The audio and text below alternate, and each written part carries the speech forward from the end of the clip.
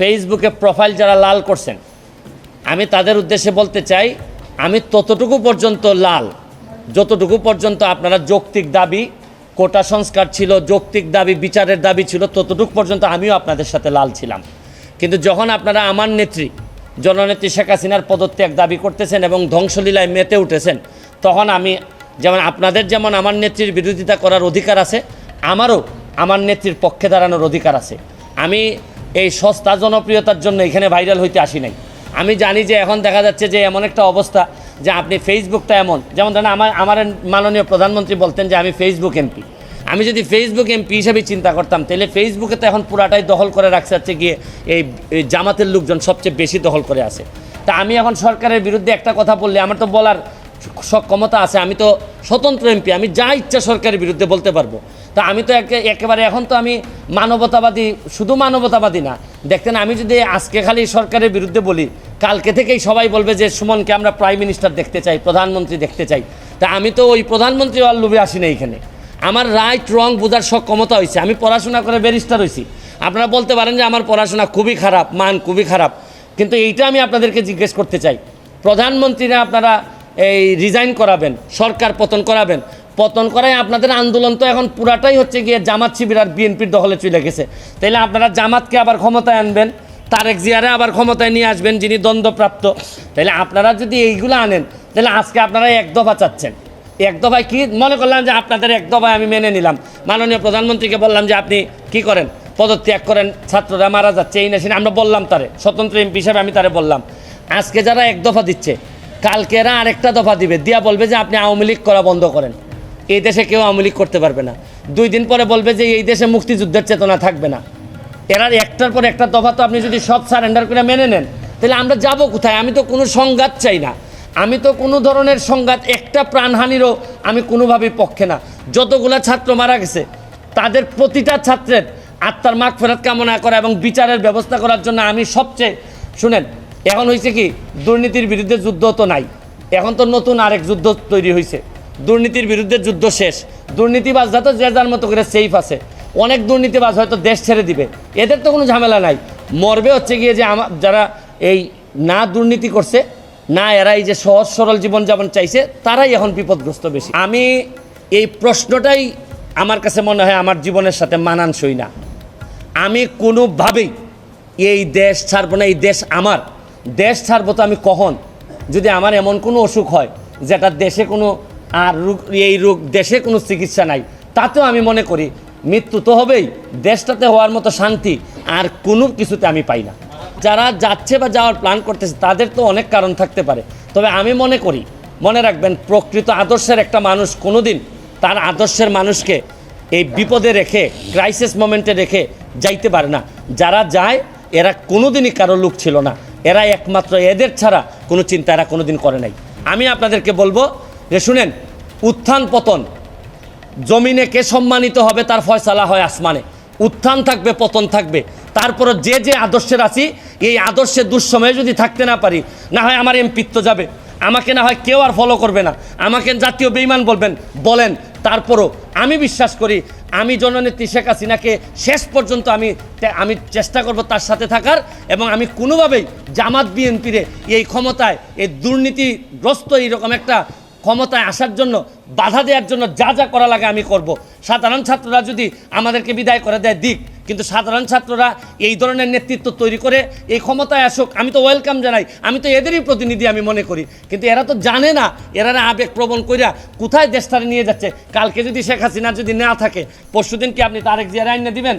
আপনি কি কারে দিবেন? এই যে 14 জন আর 100 জন সমন্বয়ক আছে, তারা এসে ক্ষমতা নিক, তারা তো ক্ষমতা নিতে পারবে না।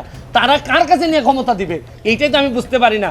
তারা ক্ষমতাটা নিয়ে কার কাছে দিবে ক্ষমতা বলো যে আমি অমুককে দিব। 14 জন বা 150 জন সমন্বয়ক যারা আছে, যারা দাবি করতেছে যে তারা এই দেশটারে রাষ্ট্রের সংস্কার করতে চায়, তাহলে তারা এসে বলো তারা মন্ত্রী হইতে চায় বা তারা ক্ষমতা নিতে চায়। কিন্তু তারা তো, আমরা তো বুঝতেছি তারা আইসাই যেটা করবে, এটা হচ্ছে কি লাথি মেরে এদেরকে, যারা আজকে যদি এই সরকারের পতন হয়, কালকেই এই সমন্বয় একটা লাথি মেরে বের করে দিবে, দিয়া জামাত এবং বিএনপির যারা এই ষড়যন্ত্রটা করে এই জায়গা পর্যন্ত আসছে, এরাই এই দেশের দায়িত্ব নিবে, নিয়ে এই দেশটারে আগে 50 বছর।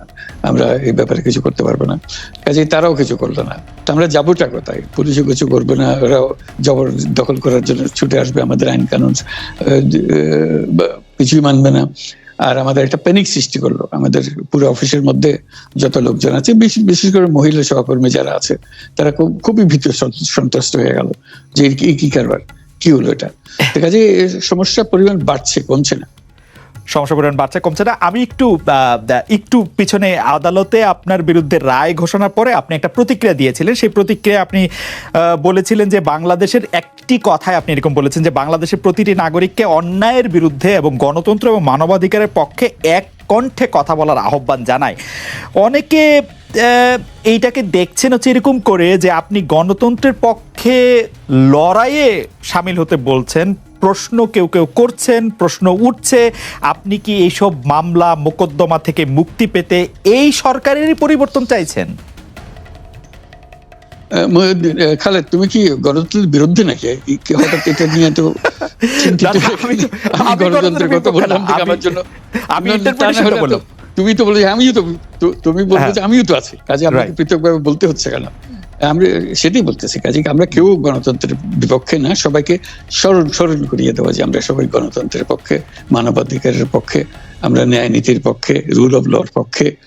এইগুলো না থাকলে জাতি হিসেবে আমরা টিকে থাকবো না। তো কাজে যখনই মনে হচ্ছে যেগুলো এখন ফরেন ওয়ার্ডস হয়ে গেছে, তাতে মনে হবে যে আমাদের সমাজ হিসেবে আমাদের দায়িত্ববোধ অনেক বেড়ে গেল। এগুলোকে প্রতিষ্ঠিত করা, সোচ্চার করা, মুখ ফুটে বলা, এটা সবাইকে বলতে হবে, মুখ ফুটে বলতে হবে। আমার বিরুদ্ধে অভিযোগ হলে আমি বলছি না বলে, আপনি বলছেন না কেন? একবার বলে এখন তোমার প্রশ্নের সম্মুখীন হয়ে গেলাম। অনেকে বলছেন না, আপনি তো শতবার শতমুখে গণতন্ত্রের কথাই বলবেন, আমাদের সবারই বলা উচিত, কিন্তু প্রশ্নটা এমনভাবে তোলা হচ্ছে যে আপনি আসলে আপনার রায় ঘোষণার পর আপনি বলছেন গণতন্ত্রের কথা, মানবাধিকারের কথা। অনেকে বলছেন যে এই কথা কি আসলে যেহেতু ব্যাপারটা আপনার উপরে আসলো তখনই আপনি আসলে বললেন কিনা, নাকি আপনি আসলে বলতে চান না, আপনি আগে যেরকম বলছেন? হতে পারে, মুখ যখন বন্ধ থাকে কোনো কথাই বলা হয় না। এখন যখন মুখ খোলার সুযোগ হয়েছে, সামনে ক্যামেরা নিয়ে দাঁড়িয়ে আছে, মাইক্রোফোন দিয়ে দাঁড়িয়ে আছে, কথা বলছি, কাজে মনের কথাটা বললাম আর কি, যেটা মনে ছিল বলা হচ্ছিল না সেটা বললাম। এটা আমার ধারণা এটা সবারই মনের কথা, সেটাকে প্রকাশ করা। তারাও চায় যে তারা বলুক, আমি বললে তাদেরও মনে সাহস আসে যে উনি বলছেন যখন আমরাও বলতে পারবো। প্রফেসর ইউনূস, আপনি যখন বলছেনই তখন আমি এই কথাটাকে একটু ইলাবোরেশন আপনার কাছ থেকে আশা করতে পারি, যে আপনি যখন বলছেন যে গণতন্ত্র মানবাধিকারের পক্ষে এক কণ্ঠে কথা বলার আহ্বান আপনি জানাচ্ছেন, আপনার কাছে কি মনে হচ্ছে যে গণতন্ত্র মানবাধিকারের পক্ষে এখন বহু পক্ষ বহু কণ্ঠ, এটা আসলে এক কণ্ঠে কেউ বলতে পারছে না বা সাহস পাচ্ছে না বা বলছে না, এরকম আপনার মনে হচ্ছে কিনা? আমার মনে হচ্ছে তাই, কারণ বলতে পারছে না তো, মুখ খুলে সব গণতন্ত্রের কথা বলতে পারছে না, যে সেটা বলা, এক বাক্যে বলা, পরিষ্কার কণ্ঠে বলা, এটা আমাদের সবার দায়িত্ব, তো জাতীয় দায়িত্বটা, যে না হলে গণতন্ত্র বলে কিছু থাকবে না আমাদের জন্য, আদৌ গণতন্ত্র বলে কিছু থাকবে না। একটা প্রশ্ন করি যে বর্তমান সরকার আরো স্পেসিফিকভাবে বললে প্রধানমন্ত্রী শেখ হাসিনা স্পষ্টতই আপনাকে অপছন্দ করেন, অনেক কিছুর জন্য আপনাকে দায়ী করেন, পদ্মা সেতু এবং এই সেই। এর কারণ কি বলে আপনি মনে করেন? আপনাকে কি তিনি তার প্রতিদ্বন্দ্বী মনে করেন, নাকি সত্যি তার কাছে এমন কোনো তথ্য রয়েছে যে আপনার বিশাল কোনো রাজনৈতিক অভিলাষ রয়েছে? আপনি কি রাজনৈতিকভাবে তার প্রতিদ্বন্দ্বী হয়ে উঠছেন বলে তিনি আপনাকে অপছন্দ করছেন, না কি কারণে? আপনার কি মনে হয়? আমার মনে হয় উনি মনে করেন যে আমি দেশের সর্বোচ্চ ডাকু, সন্ত্রাসী, কিংবা আমি অপরাধী, আমি সেরা চোর, এই জাতীয় জিনিস মনে করেন। কাজে সেগুলো ব্যাখ্যা করেন উনি তার মুখে। উনি বলেন যে আমি সুদখোর, আমি ঘুষখোর, আমি সব এমন সব কটু শব্দ ব্যবহার করেন যাতে মনে হয় যে আমার সম্বন্ধে তার ধারণা খুবই খারাপ। কিন্তু এইটা তো এরকম ছিল না। আমরা দেখেছি যে 96 থেকে 2001 সাল পর্যন্ত নানাভাবে এই সরকারি বা আওয়ামী লীগ সরকারি আপনার সাথে, বা আপনি আওয়ামী লীগ সরকারের সাথে একসাথে কাজ করতে কোনো সমস্যা হয়নি। আপনি এইটার জায়গাটাকে একটু, ব্যাকগ্রাউন্ডটাকে আমাদের একটু বলা যাবে যে আপনার কাছে কি মনে হয় কেন এই শত্রুতার বা কেন এই অপছন্দের বিষয়টা একটু সৃষ্টি হলো বা তৈরি হলো? যেই হোক, এটা আমার তরফ থেকে হয়নি। আমি তাকে যথাযথ শ্রদ্ধা করে নিয়ে গেছিলাম আমাদের মাইক্রোক্রেডিট সামিটে ওয়াশিংটন ডিসিতে। আমাদের প্রধান অতিথি করে নিয়ে গেছি, সবাই সম্মান করেছে। কারণ এই মাইক্রোক্রেডিটটা তখন পৃথিবীর সামনে আসছে, বড় আকারে আসছে, এবং এটা বাংলাদেশের অবদান হিসেবে সবাই স্বীকৃতি দিচ্ছে। ওয়াশিংটনে দুনিয়ার সেরা যারা সবাই উপস্থিত ছিলেন, তার মধ্যে আমরা ওনাকে নিয়ে গেছিলাম এই জন্য যে বাংলাদেশের পক্ষ থেকে এই গৌরবটা যেন তিনি আমাদের পক্ষ হয়ে গ্রহণ করেন। উনিও রাজি হয়েছেন, উনিও গেছেন, করেছেন। কাজে এটা স্বাভাবিকভাবে এই সম্পর্ক থেকে যাওয়ার কথা ছিল, কিন্তু কি কারণে এটা ঘাটতি হতে আরম্ভ করলো বুঝতে পারলাম না। কিছুদিন পর থেকেই ওনার আচরণ এবং তার শব্দ পরিবর্তন হতে আরম্ভ করলো। এমন পরিবর্তন হলো, এখন আমাকে চোট বদমাইশ ছাড়া আর কোনো বিষয়ে উনি মনে করেন বলে মনে হয় না আমার কাছে।